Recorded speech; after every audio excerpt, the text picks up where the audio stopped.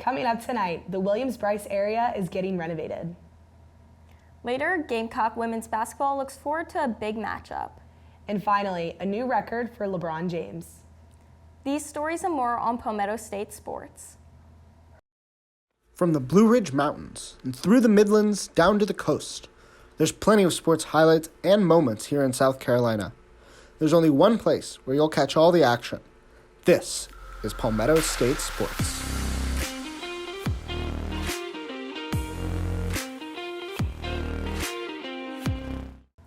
Welcome to Palmetto State Sports. I'm Amanda Baranowski.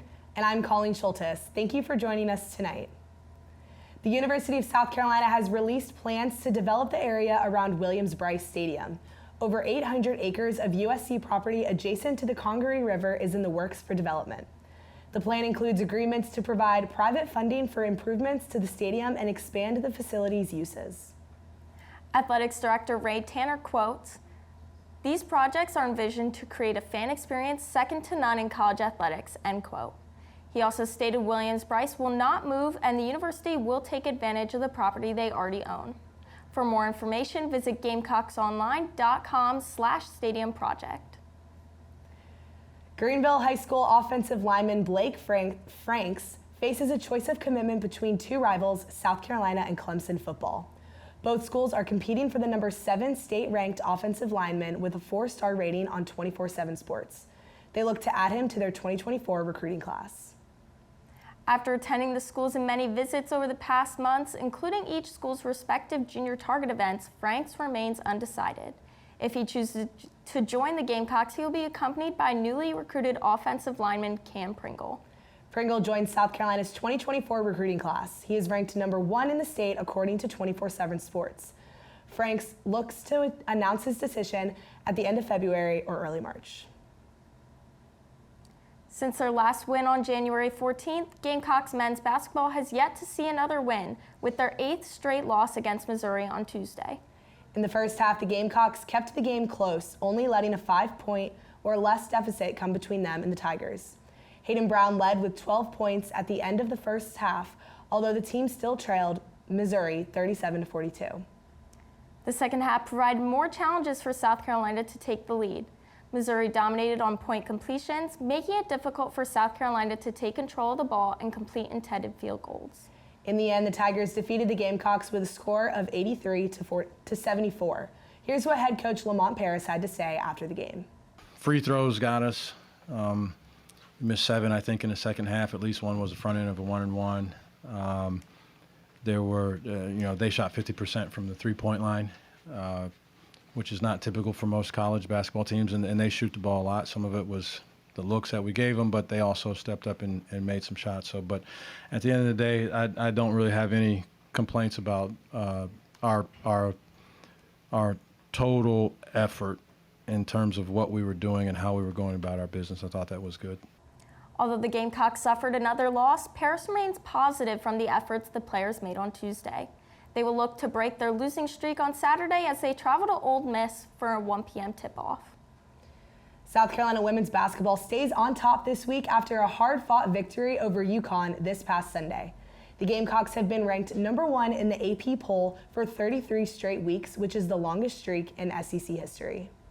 South Carolina hopes to take a victory over Auburn tomorrow night and will face LSU on Sunday at Colonial Life for a must-see SEC matchup.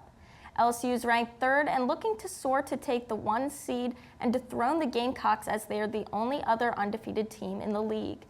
I know I'm super excited to see the game. I know all the fans here are super excited, and we're all just ready for this. I mean, tickets are already so expensive, the few that are left, so it should be a really good matchup. Yeah. Coming up, SGTV News 4 sports reporter Spencer Ball will give us a glimpse at the sports world outside the Palmetto State. With the NBA season over halfway done and the All-Star break almost here, let's check out some of the best teams in the league thus far. The Boston Celtics and the Denver Nuggets have established themselves as the best teams in the league as they are both first place in their respective conferences. The next 2 teams behind the Celtics are the Milwaukee Bucks and the Philadelphia 76ers, who fell at the 2nd and 3rd seeds respectively. But it's the Western Conference that is seeing a strange turn of events. The Memphis Grizzlies are the 2nd seed, but they are followed by the Sacramento Kings. The Kings have to be one of the biggest surprises in the league, as they are currently 30-23 and the 3rd seed in the West. The Kings currently hold the longest active playoff drought between all 4 major sports, but are in great shape to make the playoffs this season. Now let's move on to a record-breaking moment. Last night in Los Angeles, LeBron James surpassed fellow Lakers legend Kareem Abdul-Jabbar, becoming the NBA all-time leading scorer. Going into the game, James needed 36 points to break the record, and with 10 seconds left in the 3rd quarter, he did just that. James swished a signature fading jump shot, and play stopped so that James could be honored in front of a sold-out crowd at the Crypto.com arena. This is the first time the scoring record has been broken since 1984 when Kareem overtook Wilt Chamberlain. Many thought this record would stand the test of time due to Kareem's outstanding longevity and skill. However, pushing the boundaries is nothing new for King James, and this record is just another jewel in his royal resume. No one knows when James will finally hang up the jersey or how many points he will have. But one thing is certain, the kid from Akron has cemented himself as one of the greatest athletes of all time. Coming up, see which Gamecock athletes are being recognized by the SEC. Multiple Gamecocks have been recognized by the SEC this week as the SEC Women's Freshman of the Week. One is Cillian Eldez on the Gamecock track team. Eldez made her impressive season debut this past Friday, where she earned 2 invitational wins.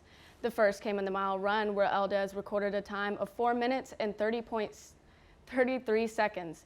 This time broke the Carolina Indoor Track and Field Complex facility record by over 3 seconds and set a new Gamecock indoor mile record.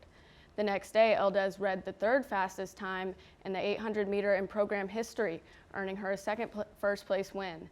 Because of Eldez's success this past weekend, she will accompany fellow teammate Ines Asai to the David Henry Valentine Invitational coming this weekend.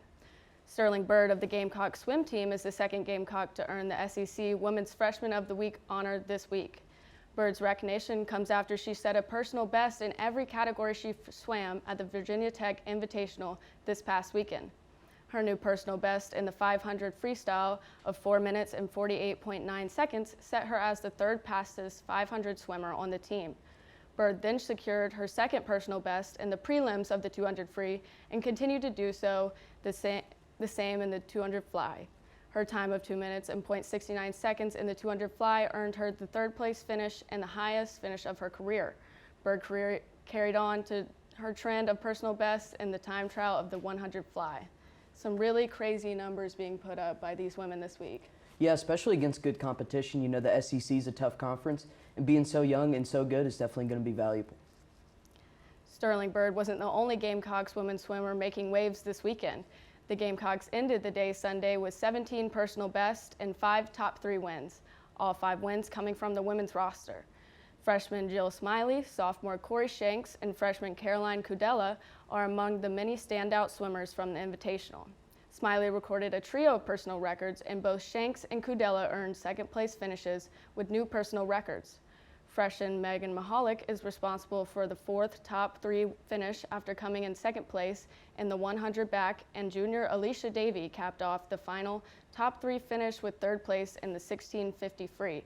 The Gamecock swimming and diving team will be heading to College Station, Texas for the SEC Championships that will take place February 14th through the 18th. Stay tuned for the Palmetto State calendar. Before we go, let's take a look at the Palmetto State calendar. Starting off with women's basketball, the Gamecocks travel to Auburn tomorrow for an 8 p.m. tip-off. They'll then host LSU for a top 3 matchup at 2 p.m. on Sunday. Clemson hosts Georgia Tech at 8 p.m. tomorrow, and on Sunday they'll play Louisville in Kentucky at 2 p.m. Coastal Carolina heads to Marshall tomorrow for an 11 a.m. tip-off. After that, they'll go to Southern Miss on Saturday for a 1 p.m. game.